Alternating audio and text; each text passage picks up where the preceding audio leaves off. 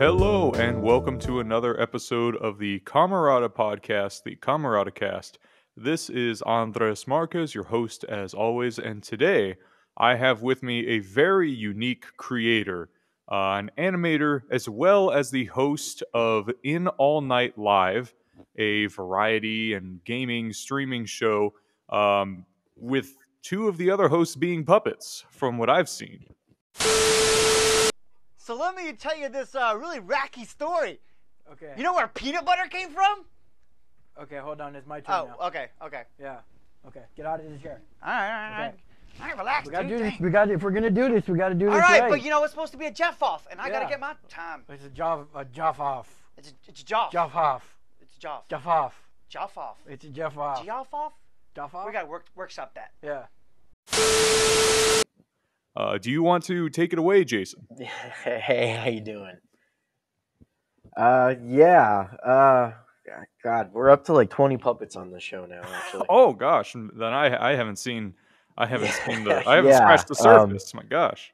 Yeah, there's the two main puppets, and we've got the human centering the whole thing, and then I don't know, we've developed this whole fictitious town of Costa Mesa to house all of this, because the part of the backstory on the show is that Jeff and the puppets all run a public access station in town. That's right. I remember watching, like, not the introduction, but you know, the little screen that goes on your Twitch channel, and it's like, oh, we're gonna start streaming soon, and it's just clip after clip of the most inane public access. It's definitely television. something that's lost on people nowadays, being that we don't have much of it anymore. But growing up and having just that, you know, on local TV, it was. I mean, you've seen some of that stuff. There's one of the ones we were running recently was a guy who was doing a show who was he had a live model and he was painting while he was running on a treadmill. like you can't make that stuff up. It's just insane, and you know.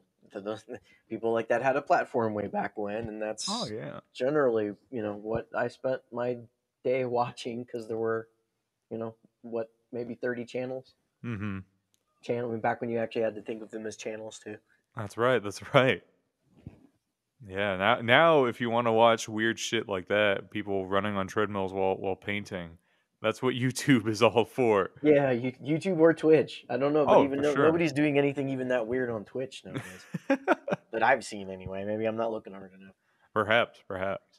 But yeah, we've just scratched the surface regarding In All Night Live. Can we have a bit more, you know, of the history of this show? I've been watching some of your videos, and there's like such production value to what you do. There is such it just feels like I could be watching that on TV. Like I could flip to a channel and it'll be on there. It's awesome.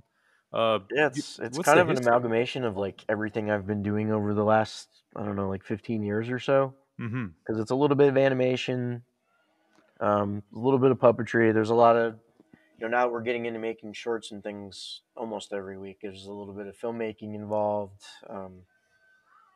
It's been interesting. It's we'll start from the beginning. Sorry. No worries. Yeah, so Jeff Leighton and I have been friends for probably close to 20 years or so. And for some reason, we've just never fully collaborated on any kind of creative effort before up until now. Leighton is on his 4th or 5th micro budget feature film in the last like decade. Oh wow. So I, you know, when he says he's going to do something, I believe him. He's definitely one of the friends I have that has kept his word whenever he says he was going to do a project. And you know, Jeff is also creative. Jeff is much more of a writer, but he definitely has a very natural gift of talk. Like he, you know, I'm amazed he can hold the court every week the way he does. Like he's just he's very good at just, you know, continuing to talk, and that definitely comes in handy when you're a host of something. But we were all working at the same post-production company in Burbank for a couple of years. just ended up serendipitously happening like that. We'd lived together for a while. Leighton's first movie was one that we shot in our apartment at the time when we were living together. But yeah, anyway, we were all working at this post company again serendipitously, and we were, having lunch a couple times a week and, hanging out here and there. And during one of our lunches, randomly, it just came up. Jeff was like, well, you've got all this puppetry that you've been building, because I was building this stuff for another web series that never ended up happening. And Jeff was like, well, you've got all this stuff built. Why don't we just, start going on the air and having a good time on Friday nights? It's still definitely, it looks a lot more professional, and we've, cranked things up quite a bit. But essentially every Friday night, it's just us hanging out. Like it's no different than us, just sitting in front of the TV and watching a movie and cracking a beer or something. It's just us, hanging out and being goofy. And I think it's definitely translated over, having the puppets, and it's gotten way more absurd than I ever intended it to be. But it's been a lot of fun. Like I honestly, I don't think I'd ever need to make $1 doing it. I could do it for another decade and be very happy. Oh, for sure. Yeah. Yeah, it looks like such a blast. Y'all just celebrated your 100th episode. That's right. So I gotta ask, 100 episodes in, how do you feel like your show has kind of evolved? Because I've only seen some of the more recent episodes. Like, how did this, how did this start? What was kind of like, what were you starting out with, and how did that evolve into the massive sort of production that you have going on now? Well, I had started doing a web series with my husband probably about 5-6 years ago. We just cut together little sports related or drinking culture related little educational videos, 8 or 9 minutes or so. And those 2 puppets for that show were the first puppets I'd ever built. So a lot of what I had done made it so that the puppets just kind of deteriorated quickly. Yeah. So my plan was to rebuild those puppets and start, reshooting or shooting that series over again with, different sets. And at that time, I'd finally got into making the sets that you see on In All Night Live now. Those were from the same web series, but I learned how to do it just in the last animated pilot that I had done. Yeah. I bought a plugin and they render out in full 3D now, so that's kind of how the show's developed its look. I see. But it was all meant for something else. It was all meant for that other web series that just I never ended up picking back up. And I don't know. At one point, Jeff was very insistent on doing something with all of them because he had just he'd seen. Well, I'd set up a camera for this. I wasn't sure if we were going to need one, but I have I keep all of the puppets in a pile, so they're actually sitting right behind me. Oh. But he walked into my studio room at one point and was just like, "Well, you have all this stuff. Why aren't we doing anything with it?"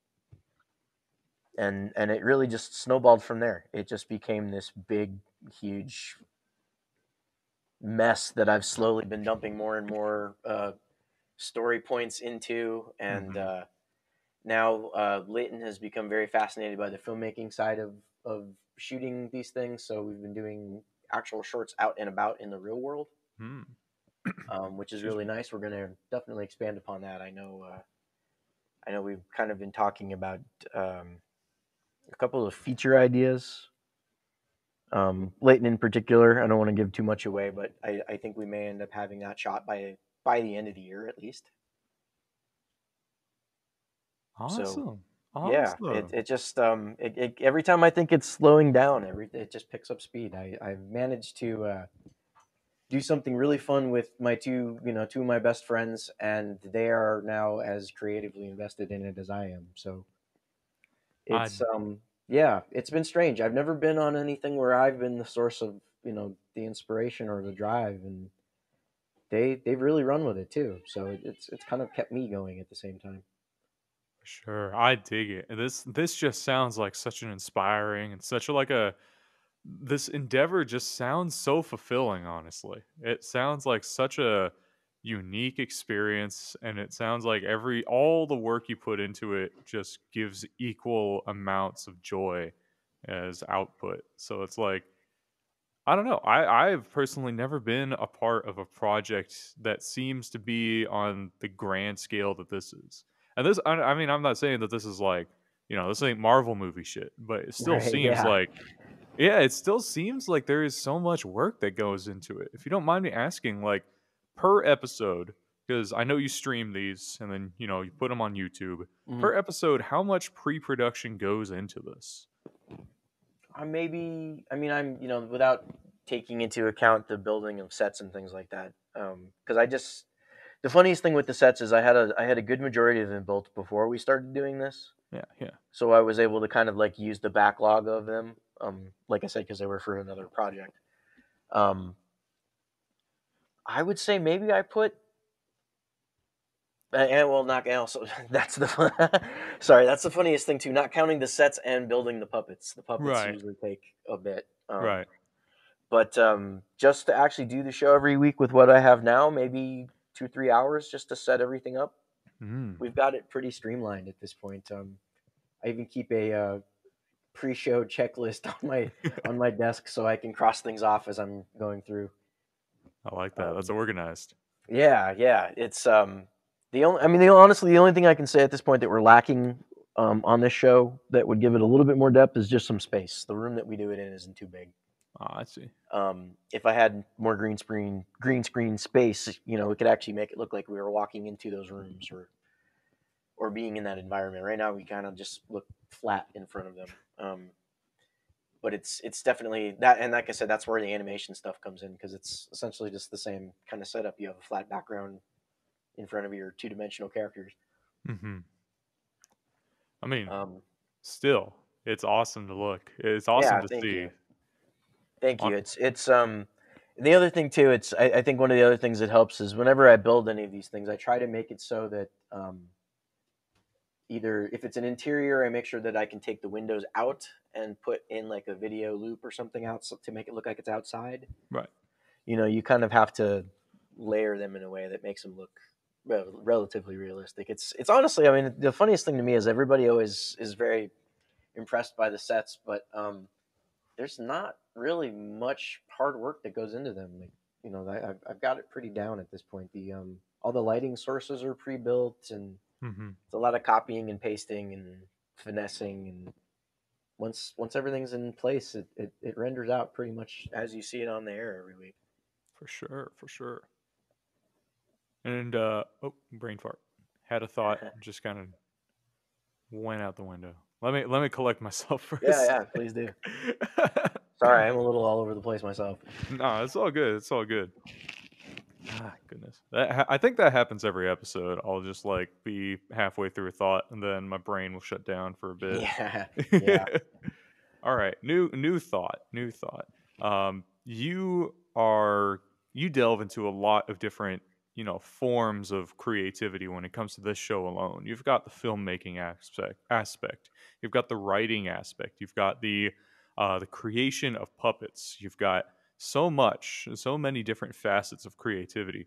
I want to ask, what else, if you have any other sort of creative hobbies, anything else that feeds into the sort of the monolith that is Jasin Sloan. Like what else might you be interested in regarding like the arts, as it were? Oh, interesting question. Yeah, I really am kind of all over the place. I draw. I don't really paint so much. I don't know. It's really being kind of having 2 feet on either side of the digital world. I don't really view Photoshop painting as painting, but I guess it is considered painting. I like to cook. That's one of the other things I do, and I'm not really focused on actually creating something. Right. Yeah, I listen to music. I have a very big vinyl collection. Yeah, it's hard to say. I don't know. I think once I do stop doing something of a creative form, I tend to either become very passive and you know, or I'll play board games or something like that. I definitely do tend to change gears quite a bit. But I wouldn't consider any of my hobbies to be creative in any way. I see. To an extent, I guess. Yeah, it's hard to say. I mean, everything can be creative to a for point, sure. but For sure. yeah, I'd say the most creative I get when I'm not actually doing this kind of stuff is in the kitchen. Awesome. Yeah. I love to cook as well. You have a favorite dish? I got a couple. I do this really easy like chicken and mushrooms dish. You know, it comes with, you know, it's got its own gravy and everything. So you just put it over some rice or some mashed potatoes, and it's like the best thing. Oh, dope. I forget where actually I think it might have been like a Men's Health recipe or something that I'd picked up at some point, but it was so easy for some reason I just remembered how to do it. So yeah, that's one of my favorite things to make. I really like to bake. I make way too many cookies every holiday season. And not to toot my own horn or anything, but they usually come out pretty gorgeous looking. Like I've got that system down as well. Hell yeah. Yeah, that's yeah, those would be my two, I think. Yeah, I used to like to definitely do very overly complicated cooking, making like gumbos or stews or things like that. But as I've gotten older, I'm more of just like, okay, if I can just make a bunch of it, reheat it in the microwave, and go about my day, I'm better that way. I get you. I want to go back to playing around with puppets. Yeah, cooking can take a lot of. Cooking takes its own pre-production. I love making jambalaya. That's one of my favorite things to make, and it can take Cajun food is always great because you have to do all the prep work ahead of time, and then you're just tossing it in. You know, oh, for sure. Yeah, but that was actually one of the types of food that got me cooking early on. Oh yeah, like jambalaya, like making a gumbo, po' boys, fried shrimp or fried fish. Oh my gosh, everything Cajun is just awesome. Yes, please. Yeah. I was also going to ask, my bad. This was a thought that kind of just got shot down on its way to the airport in my head. There was, you're on Twitch at the moment. So, Yes. like, I just have to ask, because I only know 2 other people who stream, and they do mostly, like, video game stuff on Twitch. Like, actually, playing games. But you run a whole variety show. So, what is, like... I just have to ask, what is the community like on Twitter for y'all? Or not Twitter, jeez, on Twitch for y'all? And how is it like different than Instagram? How is it different from all these other social media platforms that have their kind of like communities around them? So the most interesting thing about it so far for me has been finding, believe me, we have a pretty small following at this point. I think we maybe only get 30 viewers, like an average of 30 viewers over the span of a show every week. But we have a few of those viewers who have really just become very passionate about what we're doing. We have one fan who sends us fan art regularly, like, super cute anime style fan art. And hell yeah, it's never expected when you get something like that. So when you do, it makes my day. Like, it's just, I've never done a project where that kind of thing has outwardly pushed other people, in the same respect that it's done for my 2 friends. It's so cool. Yeah. It's my first experience with this kind of thing. And just having that small handful of people and our other, just our friends that show up every week, it's been consistent, which is the one thing that tells me that we're doing a good thing.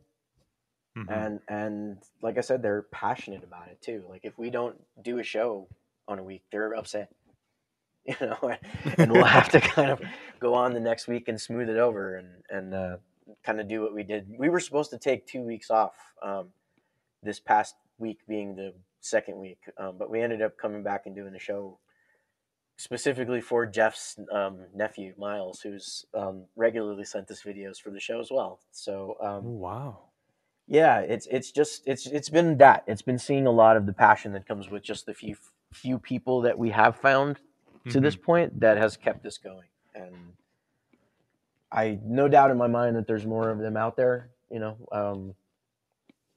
we'll find them eventually. But what we have right now is great. Like we just, we've been growing it incrementally, and the difference with Twitch and the rest of the platforms, to take that wide circle back to your question, would be that I don't think the other platforms inspire that kind of a passion in your fan base. Like it's almost kind of like they're tuning into your show every week, a la the old television set. It's almost kind of that same kind of a fan base feel. Yeah, I get you. That is actually, I have wondered about that. It's like I mean, Twitch was kind of, I don't know if they were the pioneers regarding this form, but I think Twitch was the first really big platform that was almost exclusively live streaming. Yeah. So it's like, it And does. I think their biggest downfall, though, at the moment, even still after, because they've been expanding, but I don't think they're going fast enough. Is yes, the gaming streaming is great. There are some really talented gamers out there that are doing very good streams every week. Mm-hmm. But there are also other forms of show on Twitch now that are struggling with the way the format is. Like it's very hard to tag your show every week to try and find the right audience. We've been having I wouldn't say a struggle with it, but it's definitely something that has not been easy to crack. Just because of the way that they've got a lot of their streams categorized. There aren't enough categories for anything out there other than something instructive or something game related, or I know there's dance and music and things out there, and a lot of that stuff is in there, but some of the tags are just so vague, it makes it very hard to pull the people you're trying to pull in using what the system has in place at the moment. Right. Oh, that's weird. I did not realize that about Twitch. It just seems like I really only thought Twitch was the way it was, in which, you have the most visible, the most visible side of the platform being the gaming platform. I just thought it was because that's what most people gravitated towards. I didn't know that there was like a kind of system that sort of, curtailed the efforts of other sorts of content to be, to be given exposure. It's really strange. Yeah, it's definitely very gamer focused still, but in us doing this, we've found the other weirdos out there like us trying to do different things on the platform. Like there's a great show that's been very supportive of us called the Everything Now Show, and there's another one called Show and Tell Live. Both are very improv heavy. Performance-based type shows. They've got a slightly more space than we do, so they can do full body green screen and things like that. Oh wow! And their sets and their animated pieces and everything. I mean, I'm constantly impressed anytime I tune into their shows too. And I think it's interesting. I would love to see Twitch expand because it is a fantastic platform and I love using it. But yeah, it would definitely be nice to see them take more of a focus on other forms beside the gaming. For sure. You touched upon a couple of the different other creators on Twitch that you've gotten to meet through Twitch, and that kind of brings me to a segment that we try to have at least every episode. We try and have it every episode. I just want to ask, do you want to shout out some more creators in your local scene, as it were, or in your circle that have been inspiring you, that have been kind of offering, how do you say, well, it's coming on, brain fart's coming on. Would you like to shout out some of the folks in your local scene that are really creating that sort of creative environment that you are thriving in right now? Yeah, Best I can do. not so. Yeah, I'm weird in the sense that I'm a bit of a hermit when it comes to creativity. So, essentially the people you see on In All Night Live every week are the people I'm working with. Carligulos Larkin, that is his or Carligulos, I think is his Instagram. See, it's happening to me too. Instagram screen name. Really talented actor, musician, writer. He's relatively new to our group.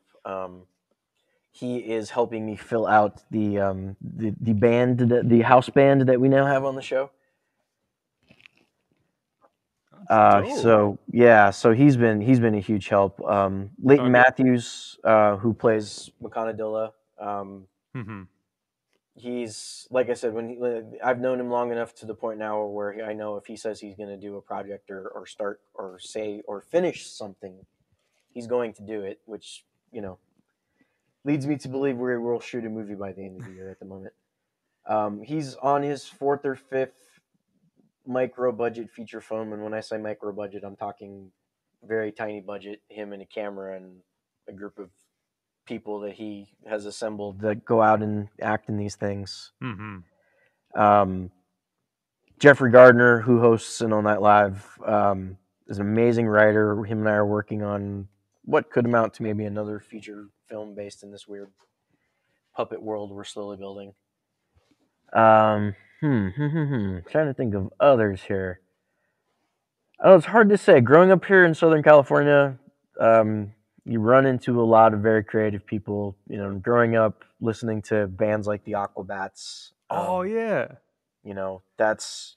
It's hard not to be inspired to be silly and fun and crazy listening to that band. They're just the best. Oh, hell yeah, man. I guess I got into them pretty late. I was in a band for a while, and we would do like an album share, like every couple of weeks or so, and our bassist shared an Aquabats album. And I was like, "Fuck yeah, this is so fun!" Yeah, it's amazing. Yeah. If you ever find it, it's really been difficult to find on streaming platforms and whatnot. But the Aquabats Super Show. Super Show. Is that like? They had a very short-lived show on the Hasbro channel at one point. Wow. Just because Christian Jacobs, who's the MC Bat Commander, he's the one that created Yo Gabba Gabba. No way! I did not know that. So he was able to spin off a little bit of the success of Yo Gabba Gabba and get an Aquabat show for a very brief amount of time, and that show is just it's so much fun.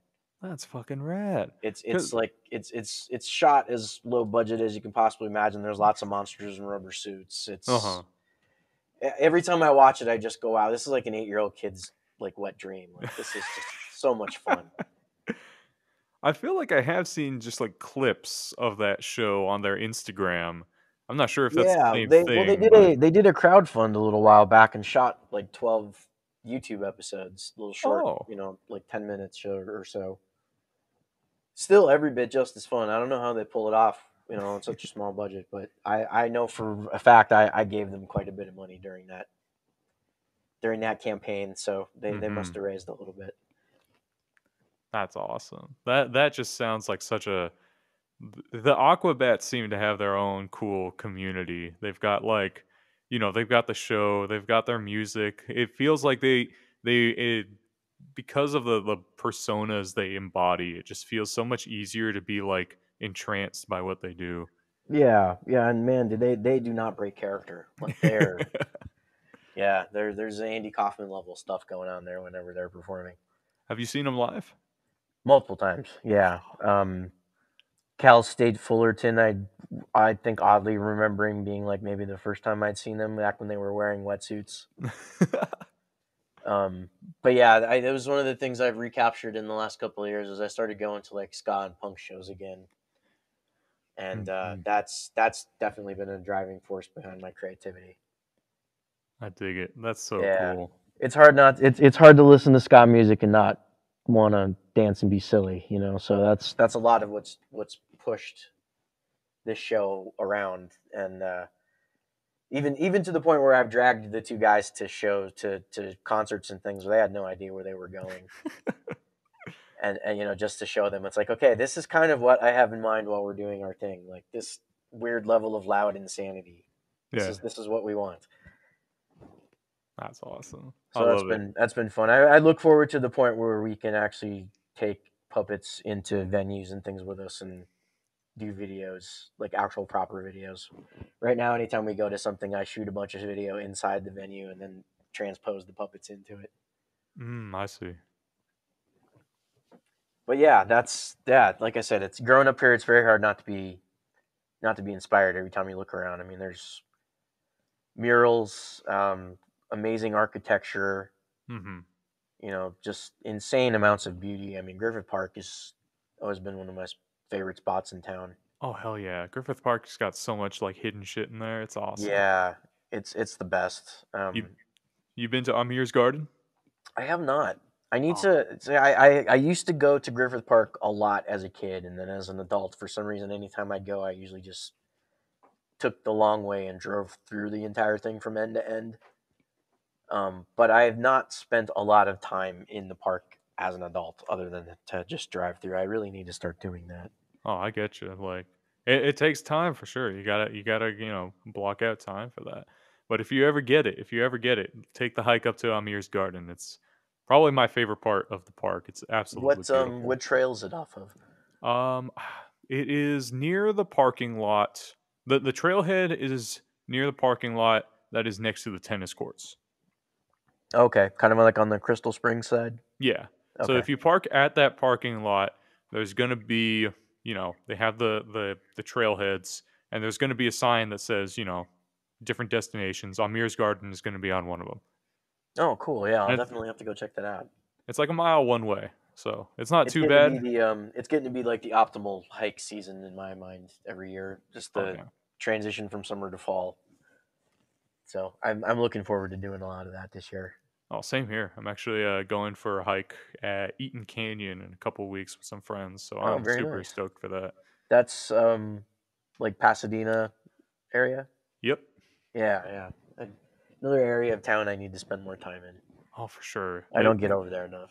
There's so much awesome stuff in that area. They've got like South Pass has like a beautiful park where their library is. So like if you're ever That just neighborhood is that's such a strange, beautiful little bubble of a neighborhood there. yeah, All those craftsman houses and whatnot. yeah. It almost feels I love stumbling upon stuff like that, and I like a lot of mid mod architecture, and yeah, it's an interesting thing growing up here, just how you can turn around every moment and be inspired by something. It's such a weird amalgamation of time and space and design that build this, that make this city up. Hell Growing yeah. up, I grew up in Los Feliz for the most part. So it was very hard to avoid any references to Walt Disney too at the time. Growing up wanting to be a cartoonist, it was Yeah. fed into that constantly. Yeah, it's a fun place to grow up, and I honestly I don't have any plans on leaving the city at any time soon. I know a lot of people are always very on their way out for the most part, but I've been here my entire life. I don't plan on going anywhere. Mm-hmm. Oh, I get you on that. Like LA, I've been to a few different places in my life, but I don't think I would ever want to, you know, move out of LA because it just feels like I've made so many different connections here that I just don't want to abandon. And the place itself, I think it's just full of creative opportunity for people of all sorts of arts and of all sorts of creative fonts. Um, I mean, of course, there are always going to be cities that work for different people. Nashville. If you're working the country scene, then you got to go to Nashville, I guess. Yeah. If you want to get big into like the hardcore jazz kind of stuff, like New York City's for that sort of. I think that scene is a bit more geared towards like the really hardcore jazz stuff. But LA, I Yeah, think, agreed. is perfect Maybe for even me. Chicago too, on a certain level. But I don't know, there's always jazz and blues coming out of Chicago too. Oh yeah. It's definitely one of the things that makes up a fabric of a city. If you're known for, if it's known for spitting out a specific aim of creativity, it's it makes sense, and I think part of why I've been doing what I do as long as I have is just because it's hard not to when you're here.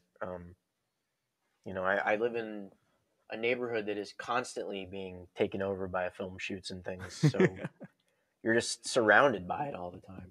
Mm-hmm. I get you. Yeah, it's like I gotta say, like, I don't think the inconvenience of LA would ever I don't think it would ever deter me from living here, because that's what a lot of people I know are like. Because a lot of people I know are moving to like Seattle, or they move to New York and stuff. New York I totally don't get, but like Seattle kind of. But it's more like, LA traffic, LA smog. It's like Right. LA isn't their kind of place. And it's like Anytime anybody complains about the smog, I just show them a picture of LA in the 80s.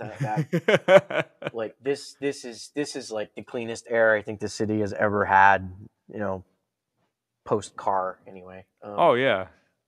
So I'd never view that as an issue much anymore. And then, believe me, there are days when there's fires going or what have you. But yeah, that's never an issue. The traffic, on the other hand, I have to say, I think, and it was really funny too, because there's been a few people that have actually had say almost the same thing back to me over the last years. Uh-huh. I think the traffic in this town was definitely reaching a breaking point pre-pandemic. Yeah. Like it was unlike I had ever seen before, and now it feels like it's back to what I consider normal anyway. Right.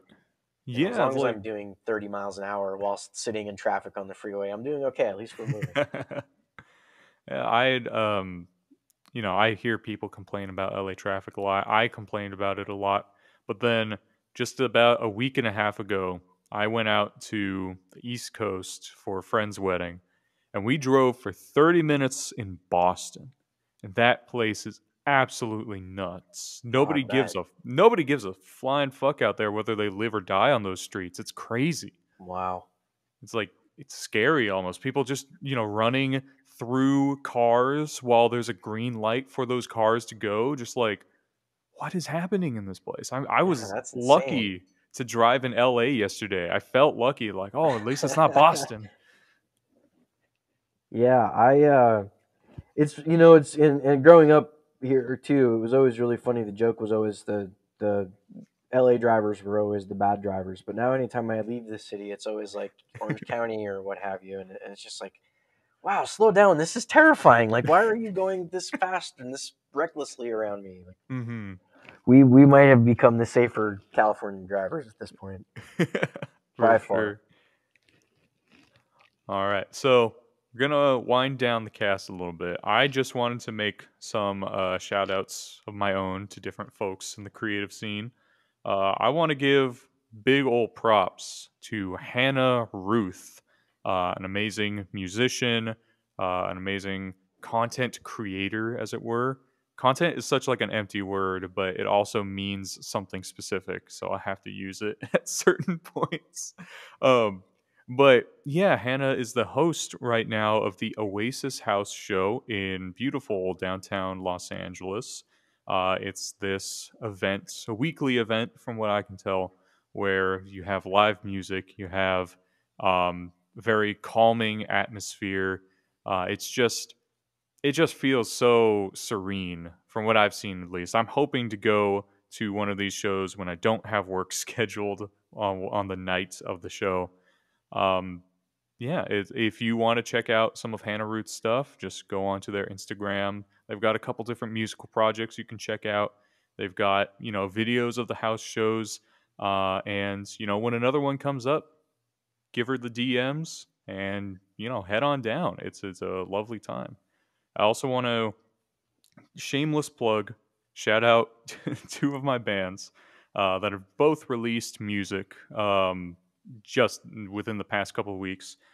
Big Hat Logan, my punk band / stoner rock band / weird emo grunge band. We just released an EP, This Fire Burns. It's our most political piece of music yet.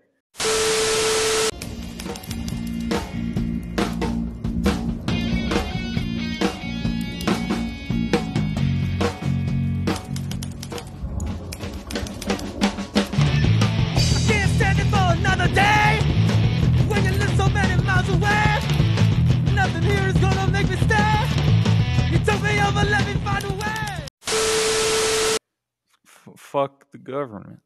That's what it's about. It's way better than I described it. Please take a listen and wash what I just said out of your brain so you can enjoy our really fun punk music.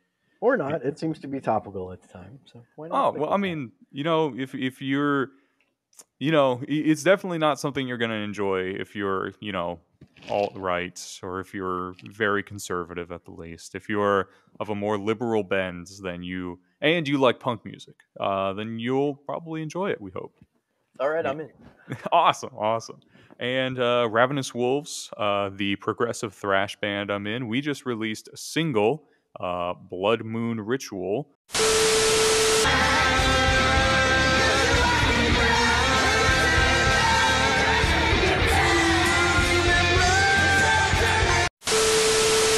It's a really fun, 6 or 7 minute song that kind of delves between strange one-drop reggae beats and really fast, at the drive-in style, thrashy parts. And I'm super happy that we've both gotten to release music in this past couple months. So we've been as busy as ever. Yeah, I was going to say, you're probably not sleeping much. Oh, I mean, thankfully I'm able to sleep as much as it's healthy. I'm just at that threshold. Yeah, good for you, man. That's cool. I appreciate it, dude. And yeah, that is kind of, that is where this podcast settles to earth. Jason, if you don't mind, give the folks at home your web addresses. Give the folks at home the locations where they can find all your media. Sure. Across all of the platforms, it's just at In All Night Live. Instagram, Twitter, Facebook, TikTok, all that kind of goodness. YouTube /In All Night Live, or YouTube /In All Night Live, and then Twitch.tv /In All Night Live is where we do the show every week. Awesome. Yeah, and everything else is connected from there, so if you do your sleuthly duties, you'll find all the other accounts attached to it. Sick. Thank you so much, Jason, for wanting to be on the show. It has been a tremendous conversation. Thank you so much for having me on. This has been really cool. Yeah, no problem. I'm wishing you the best with your show. I'm wishing you the best with all the projects that you have on your hands. And yeah, thank you again. Yeah, this has been great. Thanks so much. No problem. This has been the CamerataCast, and this is Andres Marquez, your host as always. We hope to catch you on the flip side with our next episode. Goodbye.